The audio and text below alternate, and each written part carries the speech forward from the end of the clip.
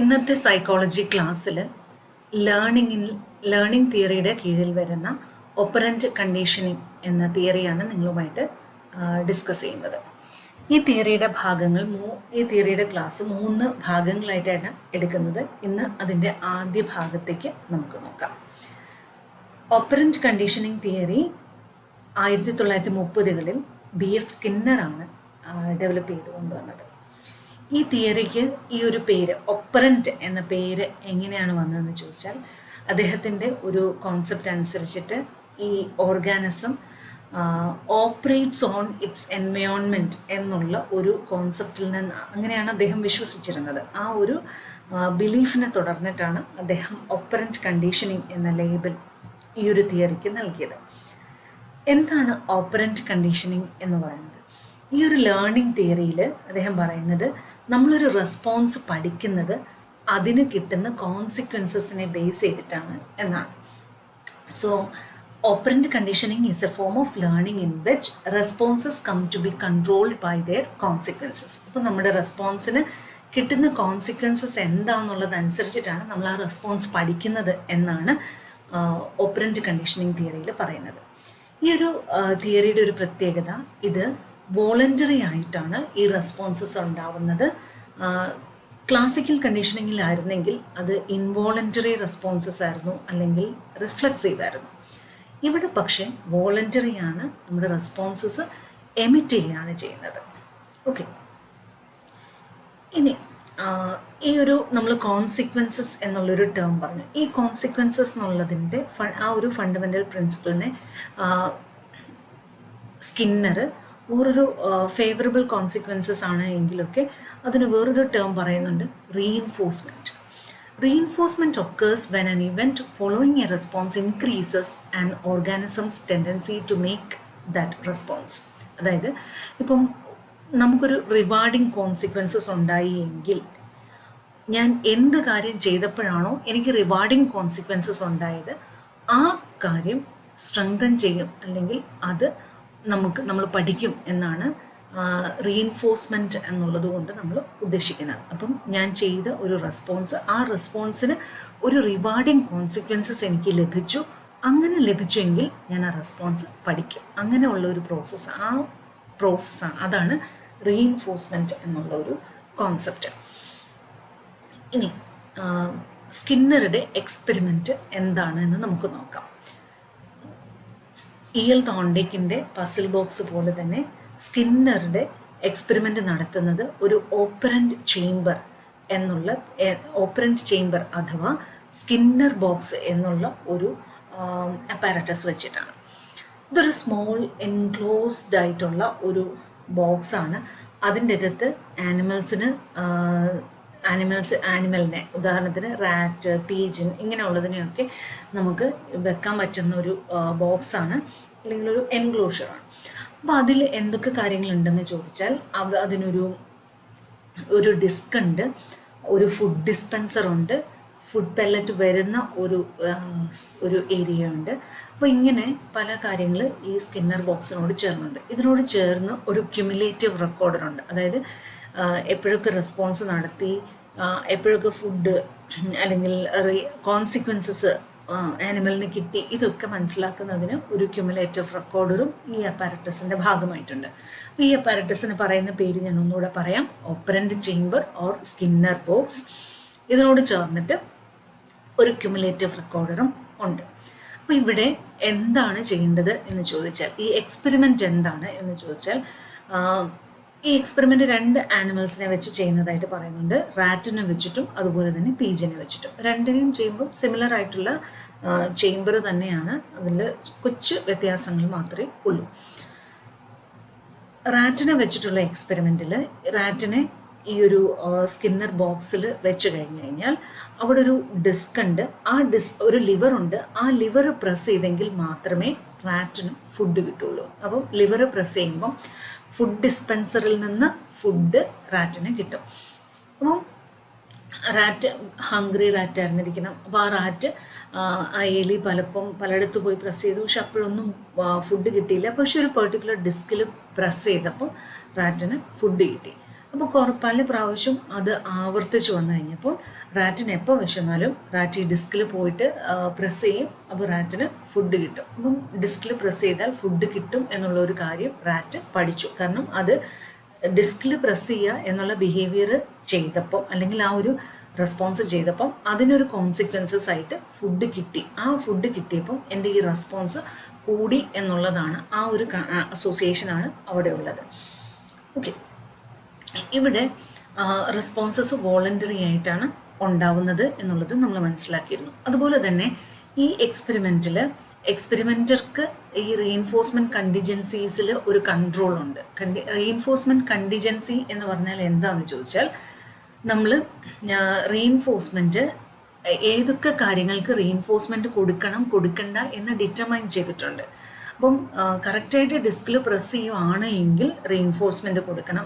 അതിലല്ല വേറെ പലയിടത്തുമാണ് പ്രസ് ചെയ്യുന്നതെങ്കിൽ, അല്ലെങ്കിൽ തട്ടോ മുട്ടോ ഒക്കെ ചെയ്യുന്നതെങ്കിൽ അന്നേരം നമ്മൾ ഫുഡ് കൊടുക്കുന്നില്ല. അപ്പം ഇവിടെ ഒരു എപ്പോൾ റീഇൻഫോഴ്സ്മെൻറ്റ് കൊടുക്കണം എന്നുള്ളതിന് ഒരു കണ്ടീഷൻ അവിടെ വെച്ചിട്ടുണ്ട്. അതിനെയാണ് നമ്മൾ റീഇൻഫോഴ്സ്മെൻറ്റ് കണ്ടിജൻസി എന്ന് വിളിക്കുന്നത്.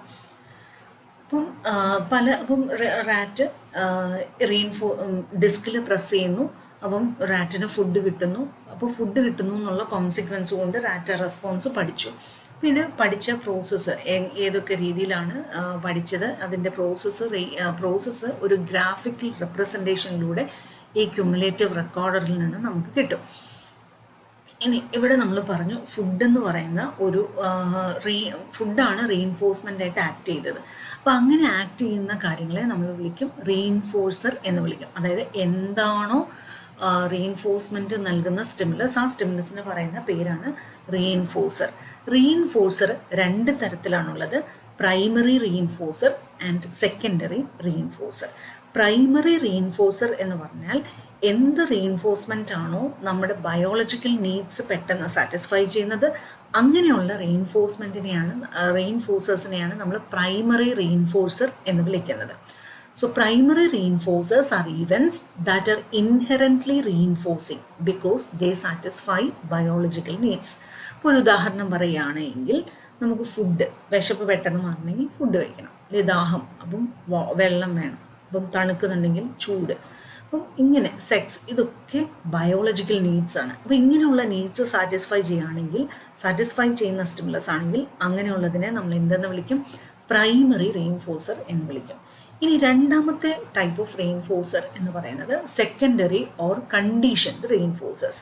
അതായത് ആ ഒരു സ്റ്റിമുലസ് ആസച്ച് അങ്ങനെ നമ്മുടെ കൈ കിട്ടിയാൽ നമുക്ക് പ്രത്യേകിച്ച് എന്താ പറയുക, ആ സ്റ്റിമുലസ് ആസച്ചിന് ഒരു വാല്യൂ ഇല്ല, പക്ഷേ അത് കൊടുത്താൽ നമുക്ക് വാല്യൂ കിട്ടും. അത് നമ്മൾ പലപ്പോഴും പഠിച്ചിട്ടുള്ള കാര്യമാണ്. ഉദാഹരണം പറഞ്ഞാൽ ഇപ്പം പൈസ, ഒരു 10 രൂപയുടെ നോട്ട് കിട്ടി, അല്ലെങ്കിൽ 100 രൂപയുടെ നോട്ട് കിട്ടി, അതൊരു പീസ് ഓഫ് പേപ്പർ എന്നുള്ള രീതിയിൽ ചിന്തിക്കുകയാണെങ്കിൽ അതിന് വേറെ വാല്യൂ ഒന്നുമില്ല, പക്ഷേ അത് നമ്മൾ കൊടുത്താൽ നമുക്ക് ആവശ്യമുള്ള സാധനങ്ങൾ വാങ്ങാൻ പറ്റും. അപ്പം ഇങ്ങനെയൊക്കെ ഉള്ള കാര്യങ്ങൾ, പൈസ, അതുപോലെ നല്ല ഗ്രേഡ് കിട്ടുക, നമുക്ക് ശ്രദ്ധ കിട്ടുക, മറ്റുള്ളവർ നമ്മളെപ്പറ്റി നല്ലതായിട്ട് പറയുക, അല്ലെങ്കിൽ അഭിനന്ദിക്കുക, ഇങ്ങനെയൊക്കെ ഉള്ള കാര്യങ്ങൾ നമുക്ക് ഡയറക്റ്റ്, അതായത് നമുക്ക് ഒരു റീഇൻഫോഴ്സ്മെൻറ്റ് തരുന്നുണ്ട്, പക്ഷെ അത് ബയോളജിക്കൽ നീഡ്സ് സാറ്റിസ്ഫൈ ചെയ്തിട്ടുള്ളതല്ല, പക്ഷെ നമുക്ക് ചിലപ്പോൾ ഇതുകൊണ്ട് നമുക്ക് ബെനിഫിറ്റ് ഉണ്ടാകുന്നുണ്ട്. ഇങ്ങനെയുള്ളതിനെയാണ് നമ്മൾ സെക്കൻഡറി റീഇൻഫോഴ്സർ എന്ന് വിളിക്കുന്നത്. So secondary reinforcer or conditioned reinforcer are events that acquire reinforcing qualities by being associated with primary reinforcers. അപ്പോൾ പ്രൈമറി റീഇൻഫോഴ്സേഴ്സിനോട് അസോസിയേറ്റ് ചെയ്യുമ്പോഴാണ് ഈ സെക്കൻഡറി റീഇൻഫോഴ്സേഴ്സിന് വാല്യൂ ഉണ്ടാവുന്നത്. ഓക്കെ, അപ്പോൾ നമുക്ക് പൈസ കൊടുത്താൽ ഫുഡ് വാങ്ങിക്കാം, ഓക്കെ, അല്ലെങ്കിൽ പൈസ കൊടുത്താൽ ക്ലോത്ത് വാങ്ങിക്കാം, ഇങ്ങനെയൊക്കെ ഉള്ള കാര്യങ്ങളൊക്കെ ഇങ്ങനെ സെക്കൻഡറി റീഇൻഫോഴ്സർ പ്രൈമറിയുമായിട്ട് അസോസിയേറ്റ് ചെയ്യുന്നുണ്ട്. ഓക്കെ, അപ്പോൾ ഇത്രയും കാര്യങ്ങളാണ് റീഇൻഫോഴ്സേഴ്സ് എന്നുള്ളൊരു കൺസെപ്റ്റിൽ നമ്മൾ അറിഞ്ഞിരിക്കുന്നത്. പ്രൈമറി റീഇൻഫോഴ്സർ ഉണ്ട്, സെക്കൻഡറി ഓർ കണ്ടീഷൻഡ് റീഇൻഫോഴ്സർ ഉണ്ട്. അപ്പം ഈ രീതിയിൽ ഇനി എന്താണ് ഓപ്പറൻറ്റ് കണ്ടീഷനിങ്ങിൻ്റെ ബേസിക് ആയിട്ടുള്ള പ്രോസസ്സ് എന്ന് നമുക്ക് നോക്കാം. ഈ പ്രോസസ്സിനെ നമ്മൾ വേറൊരു രീതിയിൽ പറയാറുണ്ട്, basic principles of operant conditioning എന്ന പേരിൽ പറയാറുണ്ട്. ഈ പ്രോസസ്സ് എന്തൊക്കെയാണെന്ന് ചോദിച്ചാൽ അക്വിസിഷൻ, എക്സ്റ്റിങ്ഷൻ, സ്റ്റിമുലസ് കൺട്രോൾ അതിൻ്റെ അകത്ത് 2 കാര്യങ്ങളാണ് വരുന്നത്, ജനറലൈസേഷൻ ആൻഡ് ഡിസ്ക്രിമിനേഷൻ. ഇത്രയും കാര്യങ്ങളാണ് basic principles of operant conditioning എന്ന് പറയുന്നത്. ഒന്നുകൂടെ പറയാം: acquisition and shaping, extension, generalisation and discrimination. അതായത് സ്റ്റിമുലസ് കൺട്രോളിൻ്റെ അകത്താണ് വരുന്നത് ജനറലൈസേഷനും ഡിസ്ക്രിമിനേഷനും. ഇനി എന്താണ് അക്വിസിഷൻ ആൻഡ് ഷേപ്പിംഗ് എന്ന് നമുക്ക് നോക്കാം. അക്വിസിഷൻ എന്ന് പറഞ്ഞാൽ നമ്മൾ ഒരു ഓപ്പറൻറ്റ് കണ്ടീഷനിങ്ങിൻ്റെ ഇനീഷ്യൽ സ്റ്റേജ് ഓഫ് ലേണിങ്ങിനെയാണ് നമ്മൾ അക്വിസിഷൻ എന്ന് പറയുന്നത്. ഒരു പുതിയ റെസ്പോൺസ് പാറ്റേൺ പഠിച്ചെടുക്കുന്ന പ്രോസസ്സിന് പറയുന്ന പേരാണ് അക്വിസിഷൻ എന്ന് പറയുന്നത്. ഇനി ഈ റെസ്പോൺസസ് നമ്മൾ എസ്റ്റാബ്ലിഷ് ചെയ്യുന്നത് എങ്ങനെയാണ് എന്ന് ചോദിച്ചാൽ, ഷേപ്പിംഗ് എന്ന് പറയുന്ന ഒരു പ്രോസസ്സിൽ കൂടിയാണ് ഈ റെസ്പോൺസസ് നമ്മൾ ഓപ്പറൻറ്റ് റെസ്പോൺസസ് നമ്മൾ എസ്റ്റാബ്ലിഷ് ചെയ്യുന്നത്. ഇപ്പോൾ ഒരു ഉദാഹരണം പറയുകയാണെങ്കിൽ, നമ്മളൊരു പുതിയ റെസ്പോൺസ് പഠിക്കുന്നു. ആ റെസ്പോൺസ് നമ്മൾ പെട്ടെന്ന് പഠിക്കുന്നതല്ല, ഗ്രാജുവൽ ആയിട്ടാണ് നമ്മൾ പഠിക്കുന്നത്. അപ്പം ഈ ഒരു പ്രോസസ്സിന് പറയുന്ന പേരാണ് ഷേപ്പിംഗ് എന്ന് പറയുന്നത്. ഷേപ്പിംഗ് എന്ന് പറഞ്ഞാൽ എന്താണ് എന്താണ് ഷേപ്പിംഗ് എന്ന് പറഞ്ഞാൽ, ഇപ്പം നമ്മൾ എപ്പോഴും പെട്ടെന്ന് ഒരു കറക്റ്റ് റെസ്പോൺസ് നമ്മൾ പഠിക്കുകയല്ല. ആദ്യം അതിനോട് അടുത്തടുത്ത് വരുന്ന റെസ്പോൺസസ് നമ്മൾ ചെയ്യുമ്പോഴും നമുക്ക് റീഇൻഫോഴ്സ്മെൻറ്റ് കിട്ടും. അങ്ങനെ ഫൈനലി നമ്മൾ ആ ഒരു റെസ്പോൺസ് പഠിച്ചെടുക്കുന്നു. അങ്ങനെയുള്ളൊരു പ്രോസസ്സാണ് ഷേപ്പിംഗ് എന്ന് പറയുന്ന process. Shaping consists of repeatedly reinforcing closer and closer approximations of a desired response until the desired response is achieved. അപ്പം നമ്മൾ ഒരു ഡിസൈർഡ് റെസ്പോൺസ് ഉണ്ട്, ആ റെസ്പോൺസിനോട് ക്ലോസ് ആൻഡ് ക്ലോസർ ആയിട്ടുള്ള റെസ്പോൺസസ് കാണിക്കുകയാണെങ്കിൽ അതിനൊക്കെ നമുക്ക് റീഇൻഫോഴ്സ്മെൻറ്റ് കിട്ടി. എവിടം വരെ കിട്ടും? അണ്ടിൽ ആ ഒരു കറക്റ്റ് റെസ്പോൺസ് നമ്മൾ പഠിക്കുന്നത് വരെയുള്ള സമയത്ത് നമുക്ക് അങ്ങനെ റെസ്പോൺസ് കിട്ടും. ആ ഒരു പ്രോസസ്സിന് പറയുന്ന പേരാണ് ഷേപ്പിംഗ് എന്ന് പറയുന്നത്. അപ്പോൾ ഈ ഷേപ്പിംഗ് ഒക്കെ നമ്മൾ ഏറ്റവും കൂടുതൽ യൂസ് ചെയ്യുന്ന ഒരു എക്സാമ്പിൾ പറയുകയാണെങ്കിൽ, ആനിമൽ ട്രെയിനിങ്ങിൽ എസ്പെഷ്യലി സർക്കസിൻ്റെ അകത്തൊക്കെ ആനിമൽസിനെ ട്രെയിൻ ചെയ്യാൻ വേണ്ടി ഉപയോഗിക്കാറുണ്ട് ഷേപ്പിംഗ് എന്ന് പറയുന്ന ഒരു പ്രോസസ്സ്. അപ്പോൾ ആദ്യം നമ്മൾ ഇപ്പം ഒരു പർട്ടിക്കുലർ രീതിയിലുള്ള ഒരു ജമ്പ് നമ്മൾ പഠിപ്പിക്കുകയാണെങ്കിൽ ഏതിൻ്റെ മുകളിൽ കൂടാണോ ചാടേണ്ടത് ആ ഒബ്ജക്റ്റിൻ്റെ അടുത്തേക്ക് മൂവ് ചെയ്ത് ആനിമൽ നിൽക്കുകയാണെങ്കിൽ പോലും അതിന് റീഇൻഫോഴ്സ്മെൻറ്റ് കൊടുക്കും. പിന്നെ അതിൻ്റെ അടുത്തേക്ക് വരുമ്പോൾ കുറച്ചുകൂടെ അടുത്തേക്ക് വരികയാണെങ്കിൽ വീണ്ടും റീഇൻഫോഴ്സ്മെൻറ്റ് കൊടുക്കും. അങ്ങനെ ആ ഒബ്ജക്റ്റിന് അടുത്തോട്ട് വരുന്നു, പിന്നെ അതിൻ്റെ മുകളിൽ കൂടെ ചാടുന്നു, ചാടിക്കഴിയുമ്പോൾ നമ്മൾ റീഇൻഫോഴ്സ്മെൻറ്റ് കൊടുക്കുന്നു. അപ്പം ആ ഒരു എൻറ്റയർ പ്രോസസ്സ് നമ്മൾ പഠിക്കുമ്പോഴാണ് അക്വിസിഷൻ എന്നുള്ളതാകുന്നത്. ഈ ഒരു ബിഹേവിയർ പഠിപ്പിച്ചെടുത്ത ആ ഒരു പ്രോസസ്സാണ് ഷേപ്പിംഗ് എന്ന് പറയുന്നത്. ഇപ്പം ആനിമൽ ട്രെയിനിങ്ങിലൊക്കെ ആണെങ്കിൽ ഈ ഷേപ്പിംഗ്, നമ്മൾ ഒരു ബിഹേവിയർ ഷേപ്പ് ചെയ്ത് പഠിപ്പിച്ചെടുത്തു എന്ന് വിചാരിച്ചു, അതിനോട് ചേർന്നിട്ട് അടുത്ത ബിഹേവിയറും കൂടെ നമ്മൾ ചേർന്ന് വെക്കുകയാണെങ്കിൽ അതിന് പറയുന്ന ഒരു പേരുണ്ട് ചെയിനിങ് എന്ന് പറയും. ഇപ്പോൾ ഒരു ഉദാഹരണത്തിന് പറയുകയാണെങ്കിൽ, നമ്മളൊരു ആനിമലിനെ ഈ ഷേപ്പിംഗ് എന്നുള്ള പ്രോസസ്സിൽ കൂടെ ഒരു റിങ്ങിൽ കൂടെ ചാടാൻ പഠിപ്പിച്ചു. അപ്പം ആദ്യത്തെ റിങ്ങിൽ കൂടെ ചാടാൻ പഠിപ്പിച്ചു കഴിഞ്ഞാൽ റിങ്ങിൻ്റെ അകത്തൂടെ ചാടി വന്നു കഴിയുമ്പോഴാണ് നമ്മൾ റീഇൻഫോഴ്സ്മെൻറ്റ് കൊടുക്കുന്നത്. സോ അപ്പം ആനിമൽ പഠിച്ചത് ഒരു റിങ്ങിൽ കൂടെ ചാടാനാണ്. പിന്നെ അടുത്ത ഒരു സ്റ്റെപ്പ് വരുമ്പം നമ്മൾ ഒരു റിങ്ങിൽ കൂടെ ചാടിയിട്ട് അടുത്ത റിങ്ങിൽ കൂടെ ചാടിയെങ്കിൽ മാത്രമേ നമ്മൾ റീഇൻഫോഴ്സ്മെൻറ്റ് കൊടുക്കുള്ളൂ എന്നായി. ഇങ്ങനെ പലതിനെ അതിനോട് ചേർത്ത് വെച്ച് മുമ്പോട്ട് പോകുന്നതിനെയാണ് നമ്മൾ ചെയിനിങ് എന്ന് വിളിക്കുന്നത്. അപ്പോൾ ഒരു ബിഹേവിയർ പഠിപ്പിക്കുന്നത് ഷേപ്പിംഗ് ആണെങ്കിൽ മറ്റത് ചേർത്ത് വരുന്നതിനെ നമ്മൾ ചെയിനിങ് എന്നും വിളിക്കും. ഇനി അടുത്ത സെക്കൻഡ് പ്രോസസ്സ് എന്ന് പറയുന്നത്, അല്ലെങ്കിൽ സെക്കൻഡ് പ്രിൻസിപ്പിൾ എന്ന് പറയുന്നത് എക്സ്റ്റെൻഷൻ എന്ന് പറയുന്ന പ്രിൻസിപ്പിളാണ്. എക്സ്റ്റെൻഷൻ എന്ന് പറഞ്ഞാൽ നമ്മൾ പഠിപ്പിച്ചെടുത്ത റെസ്പോൺസിന് റീഇൻഫോഴ്സ്മെൻറ്റ് കൊടുക്കാതിരുന്ന് ഗ്രാജുവലി ആ റെസ്പോൺസ് ആ റെസ്പോൺസ് വീക്കൻ ചെയ്യുന്നു അല്ലെങ്കിൽ ഡിസപ്പിയർ ചെയ്യുന്ന ഒരവസ്ഥയാണ് നമ്മൾ എക്സ്റ്റെൻഷൻ എന്ന് വിളിക്കുന്നത്. അതായത് ഇപ്പം ഒരു ആനിമലിനെ ഒരു റിങ്ങിൽ കൂടെ ചാടാൻ പഠിപ്പിച്ചു, കുറേ കഴിഞ്ഞ് എപ്പോൾ റിങ്ങിൽ കൂടെ ചാടിയാലും പിന്നെ റീഇൻഫോഴ്സ്മെൻ്റ് ഒന്നുമില്ല, കുറേ പ്രാവശ്യം റീഇൻഫോഴ്സ്മെൻറ്റ് കിട്ടാതായി കഴിയുമ്പോഴത്തേക്കും റിങ്ങിൽ കൂടെ ചാടുക എന്നുള്ള കാര്യം ആനിമൽ മറന്നുപോകും അല്ലെങ്കിൽ ചെയ്യാണ്ടാകും. ഇങ്ങനെയുള്ള ഒരു പ്രോസസ്സിന് പറയുന്ന പേരാണ് എക്സ്റ്റെൻഷൻ എന്ന് പറയുന്നത്. അപ്പം പഠിച്ച ഒരു കാര്യം വേക്കൻ ചെയ്യുന്നു അല്ലെങ്കിൽ ആ ഒരു റെസ്പോൺസ് ഡിസപ്പിയർ ചെയ്യുന്ന ടെൻഡൻസിക്ക് പറയുന്ന പേരാണ് എക്സ്റ്റെൻഷൻ എന്ന് പറയുന്നത്. അത് നമ്മൾ ആ ബിഹേവിയറിനെ അല്ലെങ്കിൽ ആ റെസ്പോൺസിനെ നമ്മൾ റീഇൻഫോഴ്സ് ചെയ്യാതായി കഴിയുമ്പോഴാണ് ഈ എക്സ്റ്റെൻഷൻ സംഭവിക്കുന്നത്. ഇനി എല്ലാ പ്രാവശ്യവും അല്ലെങ്കിൽ എല്ലായ്പ്പോഴും കണ്ടീഷനിങ്ങിൽ കൂടെ പഠിച്ച ഒരു റെസ്പോൺസ് എക്സ്റ്റെൻഷൻ സംഭവിക്കുന്നില്ല. ചില സിറ്റുവേഷനിലെങ്കിലും അതിന് ഒരു റെസിസ്റ്റൻസ് ടു എക്സ്റ്റിങ്ഷൻ ഉണ്ടാകാറുണ്ട്, അതായത് എക്സ്റ്റിങ്ഷനോട് റെസിസ്റ്റ് ചെയ്യാറുണ്ട്. അപ്പോൾ റീഇൻഫോഴ്സ്മെൻറ്റ് കിട്ടിയില്ലെങ്കിലും നമ്മൾ ചില ബിഹേവിയർ പഠിച്ചു കഴിഞ്ഞാൽ ആ റെസ്പോൺസ് നമ്മൾ വീണ്ടും വീണ്ടും ചെയ്തുകൊണ്ടിരിക്കും. ഇവൻ നമുക്ക് റീഇൻഫോഴ്സ്മെൻറ്റ് കിട്ടിയില്ലെങ്കിലും നമ്മളത് ചെയ്യും.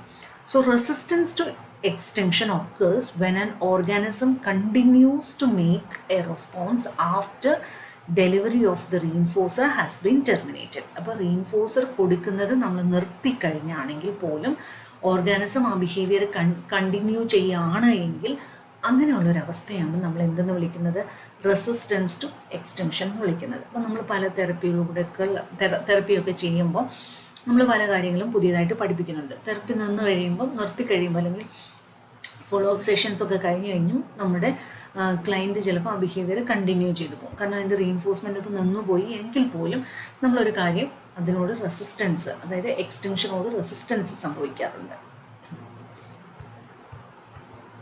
ഇനി അടുത്ത ഒരു പ്രിൻസിപ്പിൾ എന്ന് പറയുന്നത് സ്റ്റിമുലസ് കൺട്രോൾ എന്നുള്ളതാണ്. ഈ സ്റ്റിമുലസ് കൺട്രോൾ എന്ന് പറയുന്നതിൻ്റെ അകത്ത് രണ്ട് കാര്യങ്ങളാണുള്ളത്, ജനറലൈസേഷൻ ആൻഡ് ഡിസ്ക്രിമിനേഷൻ. ഇനി നമ്മൾ റെസ്പോൺസും ഔട്ട്കം തമ്മിലുള്ള ഒരു അസോസിയേഷനാണ് ഈ ഓപ്പറൻറ്റ് കണ്ടീഷനിങ്ങിൽ നമ്മൾ പഠിക്കുന്നത്. റെസ്പോൺസ് അതിനുള്ളൊരു ഔട്ട്കം RO അസോസിയേഷനാണ്. ഇനി എല്ലായ്പ്പോഴും നമ്മൾ റെസ്പോൺസ് ഔട്ട്കം മാത്രമല്ല, ചില സമയത്ത് ചില ആ സ്റ്റിമുലസിനോട് മുമ്പായിട്ട് ചില കാര്യങ്ങൾ വരുന്നു. ആ വരുന്നത് നമ്മൾ ഓപ്പറൻറ്റ് ബിഹേവിയർ അല്ലെങ്കിൽ ഓപ്പറൻറ്റ് റെസ്പോൺസിനെ ഇൻഫ്ലുവൻസ് ചെയ്യാറുണ്ട്. ഒരു ഉദാഹരണത്തിന് പറയുകയാണെങ്കിൽ, നമ്മൾ പീജൻ്റെ എക്സ്പെരിമെൻറ്റിൽ ഡിസ്കിൽ പീജൻ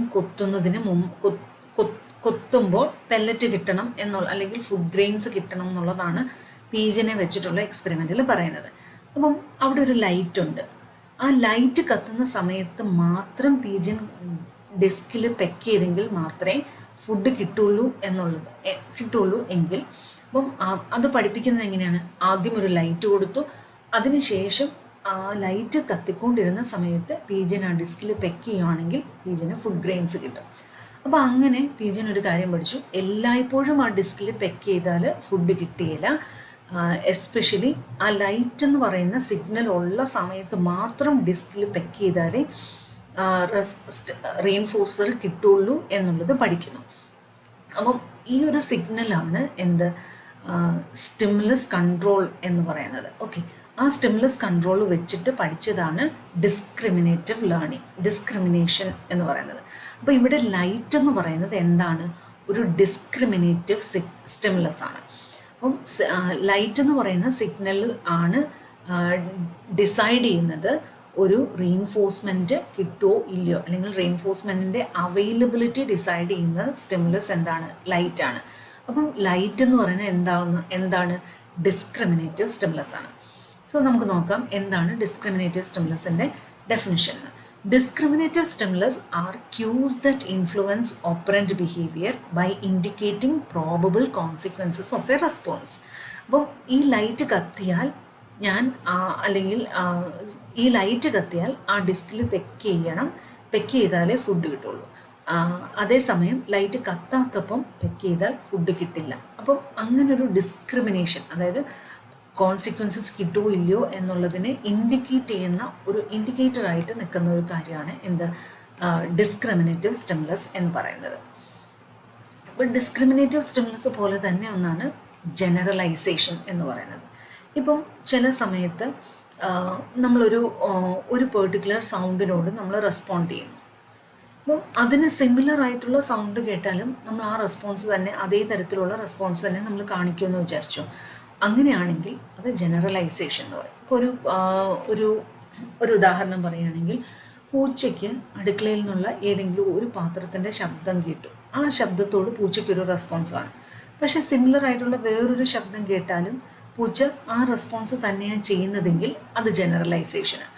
അതേസമയം ഒരു സ്റ്റിമുലസിനോടുള്ള റെസ്പോൺസ് തന്നെ അടുത്ത സ്റ്റിമുലസിനോട് കാണിക്കുന്നില്ല എങ്കിൽ, അല്ലെ സിമിലർ ആയിട്ടുള്ള സ്റ്റിമുലസിനോട് കാണിക്കുന്നില്ലെങ്കിൽ അത് ഡിസ്ക്രിമിനേഷനാണ്. ഇപ്പോൾ ഒരു ഉദാഹരണം നമ്മുടെ ടെക്സ്റ്റിൽ പറഞ്ഞിരിക്കുന്ന അനുസരിച്ചിട്ടാണെങ്കിൽ, ഒരു പൂച്ച ഒരു കിച്ചണിലെ ഒരു ക്യാൻ ഓപ്പൺ ചെയ്യുന്ന സൗണ്ട്, ആ ക്യാൻ ഓപ്പൺ ചെയ്യുന്ന സൗണ്ട് കേട്ടാൽ പൂച്ചയ്ക്ക് അറിയാം.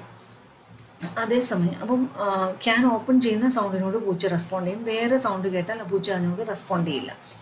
ഇനി അതേസമയം ഒരു ജനറലൈസേഷന് പറയുകയാണെങ്കിൽ ഒരു കിച്ചണിലെ ഒരു ഇപ്പം ഇന്നലെ വരെ പ്രവർത്തിപ്പിച്ചുകൊണ്ടിരുന്ന മിക്സി മാറിയിട്ട് പുതിയൊരു മിക്സി കൊണ്ടുവന്നപ്പോൾ വേറൊരു സൗണ്ടായി.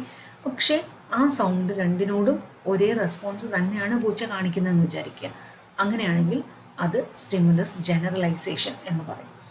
ഓക്കെ, അപ്പോൾ ഇത്രയും കാര്യങ്ങളാണ് ഈ ഒരു പാർട്ട് 1, അതായത് നമ്മുടെ ഒപ്പറൻറ്റ് കണ്ടീഷനിങ്ങിൻ്റെ പാർട്ട് 1 നമ്മൾ പഠിക്കുന്നത്. ഇനി അടുത്ത ഭാഗത്ത് നമ്മൾ എങ്ങനെയാണ് റീഇൻഫോഴ്സ്മെൻറ്റ് കൊടുക്കുന്നത് എന്നൊക്കെ നമുക്ക് അടുത്ത ക്ലാസ്സിൽ നമുക്ക് പഠിക്കാം. Thank you.